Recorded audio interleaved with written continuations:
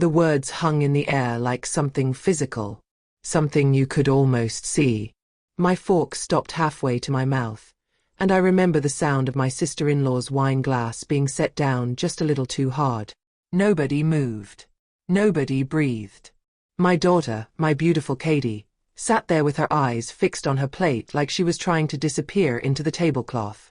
And my husband, Harold, the man I'd been married to for 47 years, the man who'd spent his whole life measuring his words carefully, who believed in keeping peace above all else. He pushed back his chair and stood up. And the look in his eyes was something I had never seen before. Not once in nearly 5 decades. But I need to take you back. Because what happened at that Thanksgiving table didn't come out of nowhere. There were signs. There are always signs. And I've spent the last 2 years asking myself why I didn't see them sooner. Why I didn't trust what my gut was telling me from the very beginning. My name is Carolyn, and I'm 68 years old. Harold and I have been together since I was 19, back when he was a young accountant with a bad haircut and a good heart, and I was a secretary at a law firm downtown thinking I'd never find someone who actually listened when I talked. We built a life together. A real one. 3 children, our oldest, David, then Katie, and then our youngest, Michael. We raised them in a yellow house on Maple Street with a tire swing in the backyard and a kitchen that always smelled like something baking. We weren't rich, but we were comfortable. More importantly, we were close. Katie was our middle child, and Lord, that girl came into this world with opinions. She was walking at 9 months, talking in full sentences by 18 months, and arguing with her brothers by age 2. She was spirited, Harold always said. That was his word for it. Spirited. She challenged everything. She questioned everything. She had this fire in her that made me so proud and so nervous at the same time, because I knew the world didn't always know what to do with women who had fire. She became a nurse. Pediatric oncology, which means she spent her days taking care of sick children, holding the hands of terrified parents, and somehow finding ways to bring light into the darkest rooms you can imagine. She had a gift for it. A calling, really.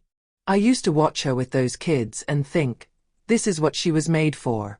This is her purpose. She was 34 when she met Marcus. I remember the first time she mentioned him. We were on the phone, and I was in the middle of telling her about a recipe I'd found for lemon bars, and she just slipped his name in casually. Oh, Marcus said the same thing about lemon desserts. Just like that. Marcus. A name I'd never heard before. When I asked who Marcus was, she laughed, that light, fluttery laugh she does when she's a little embarrassed, and said he was someone from the hospital. An administrator, she said. They'd gotten coffee a few times. A few months later, coffee had become dinner, and dinner had become weekends, and suddenly Katie was bringing him home to meet us. I wish I could tell you that I had an instant bad feeling. That some maternal instinct rose up and warned me. But the truth is, Marcus was charming. He was 41, never married, successful. He had this way of looking at you when you spoke like you were the most interesting person in the room. He complimented my pot roast. He talked sports with Harold. He brought flowers, not roses, but a mixed bouquet, which somehow felt more thoughtful. He was polished without being slick. He was attentive without being overbearing. And Katie, my Katie, who had always been so particular, so independent, so careful, she looked at him like he hung the moon. They got engaged after 8 months. Married after a year. It all happened so fast, but Katie was 35 by then, and I think part of me was just relieved. Relieved that she'd found someone. Relieved that she seemed happy. I had watched her through so many disappointing relationships, watched her cry over men who didn't deserve her tears, and now here was someone who seemed to adore her. Who seemed solid. Who seemed like the partner she'd been waiting for. The wedding was beautiful. Small, elegant, exactly what Katie wanted. She wore my mother's pearls, and Harold walked her down the aisle with tears streaming down his face because that man has never been able to hide a single emotion in his life. I sat in the front row and watched my daughter promise forever to a man I thought I was beginning to know. But here's what I've learned about people like Marcus. They don't show you who they really are all at once. They give you pieces, small ones scattered over time, and by the time you put them together, you're already in too deep to see the picture clearly. The first thing I noticed was how tired Katie looked. Not right away, but maybe 6 months into the marriage. We'd meet for lunch when she had a rare day off, and there were circles under her eyes that makeup couldn't hide. She said work was stressful. She said the commute was wearing on her. She said she just wasn't sleeping well. And I believed her because why wouldn't I? She was a nurse. She worked long hours. Of course she was tired. But then it was the phone calls. They got shorter. She'd be in the middle of telling me something, and suddenly she'd say, "Mom, I have to go, Marcus just got home." And she'd hang up. Just like that. No proper goodbye. Just this abrupt ending, like she'd been caught doing something wrong. Then it was the visits. She stopped coming as often. She'd cancel at the last minute. Something came up. Marcus needs the car. We have plans I forgot about. When she did come, sometimes alone, she seemed smaller somehow. Quieter. That fire I'd always loved. It was dimmer. Like someone was slowly turning down the flame. Harold noticed it too, though he didn't say much at first. He's not the type to voice concerns until he's certain. But one night, lying in bed, he said, "Carolyn, is Katie okay? Really okay?" And I told him I didn't know. And that uncertainty sat between us like a stone. I tried to talk to her once. We were in her kitchen, this gorgeous modern kitchen in the house Marcus had bought, and I asked her gently if everything was all right at home.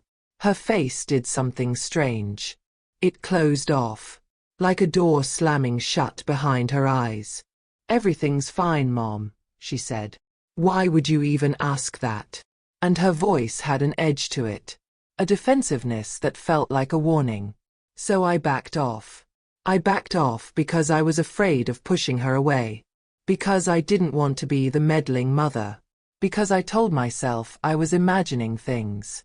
I wasn't imagining things. The signs kept coming.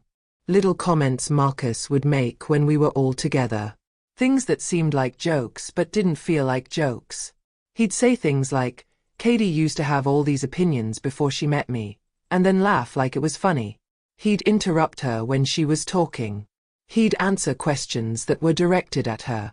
He'd put his hand on her arm, not rough, not violent, just present, like he was making sure she knew he was there. Like he was reminding her of something. My sister-in-law, Barbara, Harold's sister, she pulled me aside at Easter that first year. She said, "Carolyn, I don't like the way that man looks at Katie. There's something controlling about him." And I felt this rush of, I don't know what to call it. Anger, maybe. But not at her. At myself. Because I'd felt the same thing and hadn't wanted to name it. But what do you do? What do you do when your adult daughter has chosen someone? When she's married to him? When she insists she's happy? You can't force her to see something she doesn't want to see. You can't drag her away from a life she's committed to. All you can do is wait. And watch. And pray that you're wrong. We weren't wrong. It was Thanksgiving. 2 years into the marriage. The whole family was at our house. David and his wife, Michael and his girlfriend, Barbara, Harold's brother Frank, Katie and Marcus. The table was set with my mother's china, the one I only bring out for special occasions. The turkey was golden. The house smelled like sage and butter and home. For a few hours, it almost felt normal.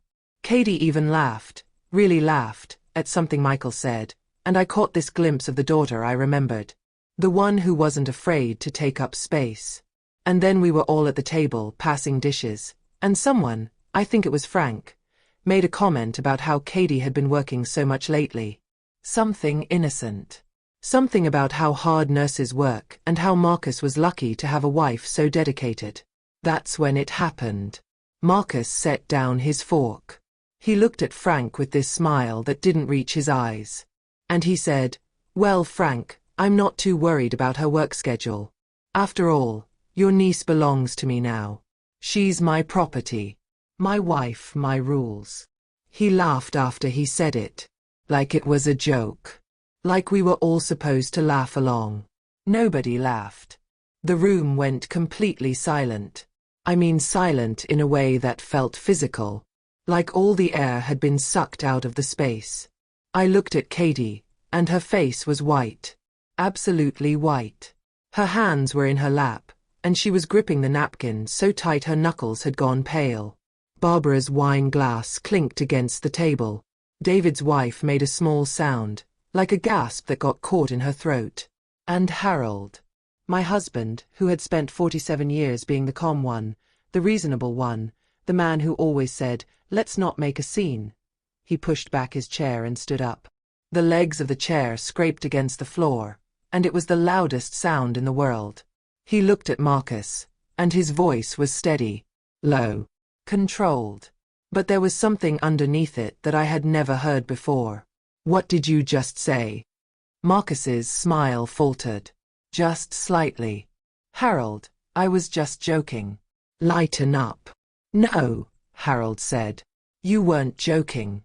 And you're going to apologize. Right now." "I don't think. I don't care what you think." Harold's voice didn't rise. If anything, it got quieter. "That's my daughter you're talking about. My daughter. And she is no one's property. Not yours. Not anyone's. She is a person. A brilliant, kind, extraordinary person. And if you think for 1 second that marrying her gives you the right to speak about her like she's something you own, then you don't deserve to be in this house. You don't deserve to be at this table. And you sure as hell don't deserve her." The silence that followed was different. It was the silence of something breaking open. Marcus stood up too, and for a moment, I thought, I don't know what I thought. That he might get angry. That he might yell. But instead, he laughed again, that same hollow laugh, and said, "This is ridiculous. Katie, get your coat. We're leaving." And that's when Katie spoke. Her voice was quiet. Almost a whisper. But everyone heard her. "No." Marcus turned to her. "Excuse me." I said no. She looked up at him, and there were tears streaming down her face, but her voice was steady. "I'm not leaving, Marcus. I'm not going anywhere with you." What happened next is still a blur in some ways. Marcus's face went through about 5 different expressions in 3 seconds. Shock, anger, something that looked almost like fear. He said something about how Katie was being dramatic, how we were all overreacting, how he didn't deserve this. David stood up then, and Michael too, and suddenly Marcus was outnumbered in a room full of people who weren't backing down. He left. He stormed out, slamming the front door so hard the wreath fell off. And Katie collapsed into sobs. Barbara reached her first, then me. We held her while she cried in a way I hadn't seen since she was a child. Deep, shaking sobs that seemed to come from somewhere primal. Harold stood there, still at the head of the table, and I watched him. My husband, this man I'd loved for almost 50 years, and I saw that his hands were trembling. The rest of that night, we didn't eat. Nobody touched the turkey or the mashed potatoes or the pie I'd been so proud of. We sat in the living room, and Katie talked. She talked for hours. About how it had started small. About how Marcus had slowly isolated her from her friends. About how he controlled the money, the car, her schedule. About how he told her what to wear, who to see, when to speak. About how he never hit her, not once, but how she had spent 2 years walking on eggshells, terrified of setting him off, terrified of his silences, terrified of the way he could make her feel like nothing with just a look. She hadn't told us because she was ashamed. She hadn't told us because she thought we'd blame her. She hadn't told us because Marcus had convinced her that we wouldn't understand. That we wouldn't believe her. That we'd think she was exaggerating. That night, I didn't sleep. I lay in bed next to Harold, and we both stared at the ceiling, and I felt something I can only describe as grief. Grief for what my daughter had been through. Grief for the time we lost. Grief for all the signs I'd seen and explained away because I didn't want to believe the truth. Harold finally spoke around 3 in the morning. I should have said something sooner, he said. I saw it, Carolyn. I saw how he treated her, and I didn't say anything because I thought it wasn't my place. We both saw it, I said. We both stayed quiet. And that's the thing that haunts me. We stayed quiet.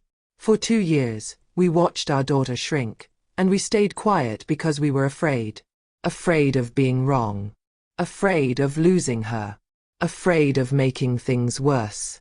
And in staying quiet, we let her feel alone. The next few months were hard. Katie moved back into her old room, the one with the faded wallpaper and the window that overlooks the backyard. She filed for divorce. Marcus fought it, of course. He sent emails. He sent flowers. He sent long rambling messages about how much he loved her, how sorry he was, how he would change. Classic manipulation, her therapist called it. Because Katie started seeing a therapist, someone who specialized in emotional abuse, and slowly, piece by piece, she started to come back to herself. I won't pretend it was a straight line. There were days she doubted everything. Days she wondered if she'd overreacted. Days she almost went back. That's what people don't understand about these situations. Leaving isn't the hard part. Staying gone is. Because the person you're leaving isn't always a monster. They're the person who brought you coffee in bed. Who told you you were beautiful. Who made you feel chosen. And untangling love from control, affection from manipulation, that takes time. But Katie did it. The divorce was finalized 8 months later. She went back to work. She started running again, something she'd given up because Marcus didn't like her being gone in the mornings. She reconnected with friends she'd lost touch with. And slowly, the fire came back. Not all at once. But in flickers. In moments. In the way she'd laugh at something and then look surprised at her own laughter, like she'd forgotten she could do that. One evening, about a year after that Thanksgiving, Katie and I were sitting on the back porch. It was September, that perfect time of year when the air is just starting to turn crisp. She had a glass of wine, and I had my tea, and the sun was setting in that slow golden way it does in early fall. She looked at me and said, "Mom, why didn't you ever push me? About Marcus, I mean. You must have seen it." I was quiet for a long moment. I'd thought about this question so many times. Rehearsed answers in my head. But when it came down to it, all I could give her was the truth. Because I was scared, I said. Scared you'd choose him over us. Scared I'd lose you completely. And I told myself that if I waited, you'd figure it out on your own. That I couldn't force you to see something you weren't ready to see. She nodded slowly. I wish you'd said something. I know. I wish I had too. But, she added, and she looked at me with those eyes that are so much like Harold's, I also don't know if I would have listened. I wasn't ready. I had to see it myself. I had to hear him say those words out loud, in front of everyone, to finally understand what I'd been living in. That's the complicated truth of it all. Sometimes people need to reach their own breaking point. Sometimes they need to see the ugliness reflected in other people's faces before they can name it themselves. And sometimes all you can do as a parent is stay close enough that when they're finally ready to run, they have somewhere safe to go.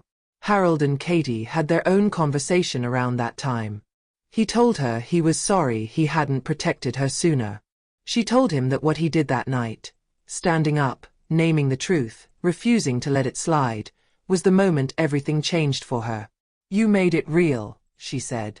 You made it something I couldn't explain away anymore. I've thought about that a lot. About how sometimes the most powerful thing you can do is simply stand up. Not yell. Not threaten. Just stand. And say, this is not acceptable. This is not who we are. This is not what love looks like. Katie is 40 now. She's still a nurse. Still taking care of children who need her. She hasn't remarried, and when I asked her once if she wanted to, she said she wasn't sure yet. I'm still learning who I am when I'm not trying to disappear, she told me. And I thought that was just about the most honest thing I'd ever heard. Harold is 72 now, and his hair is white as snow, and he still can't hide a single emotion on his face. He and Katie are closer than ever. They have breakfast together every Sunday. She helps him in the garden. He asks her advice about things he definitely doesn't need advice on, just so she knows he values her opinion. And me. I'm 68 years old, and I've learned something I wish I'd understood sooner. Loving someone doesn't mean keeping the peace at all costs. Sometimes loving someone means disrupting the peace. It means saying the uncomfortable thing. It means making a scene if the scene needs to be made. Because the silence we choose for comfort can become the prison someone we love gets trapped inside. I keep thinking about that moment at the table. That awful, crystallized moment when Marcus called my daughter his property. I remember the silence. The shock. The way everyone just froze.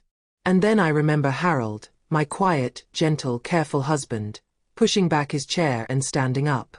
That's what I hold on to now. That's what I want to remember. Because sometimes, after decades of keeping quiet, the bravest thing you can do is simply rise to your feet and speak the truth out loud. Katie is free now. Really free. Not just legally, but in her spirit.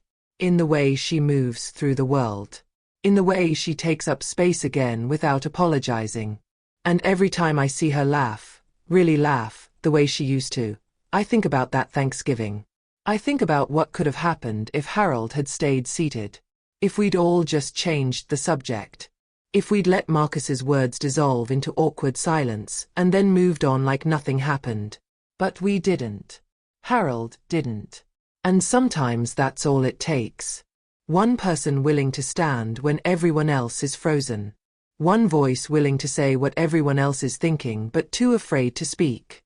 I don't know if this story has a neat moral. I don't think real life works that way. But I do know this.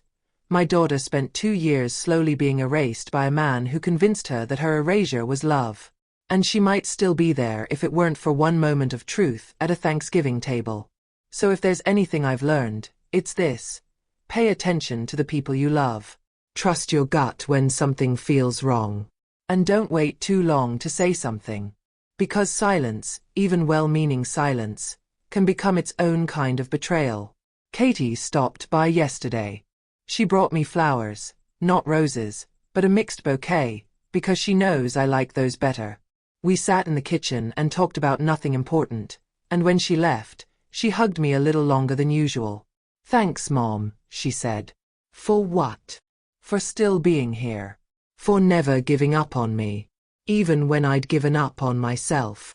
I watched her drive away, and I stood at the window until her car disappeared around the corner. And I thought about how strange life is. How the worst moments can become the turning points. How the thing that breaks you can also be the thing that sets you free. My husband stood up at a Thanksgiving table, and in that moment, everything changed. Some silences need to be broken. And some truths, no matter how hard they are, need to be spoken out loud.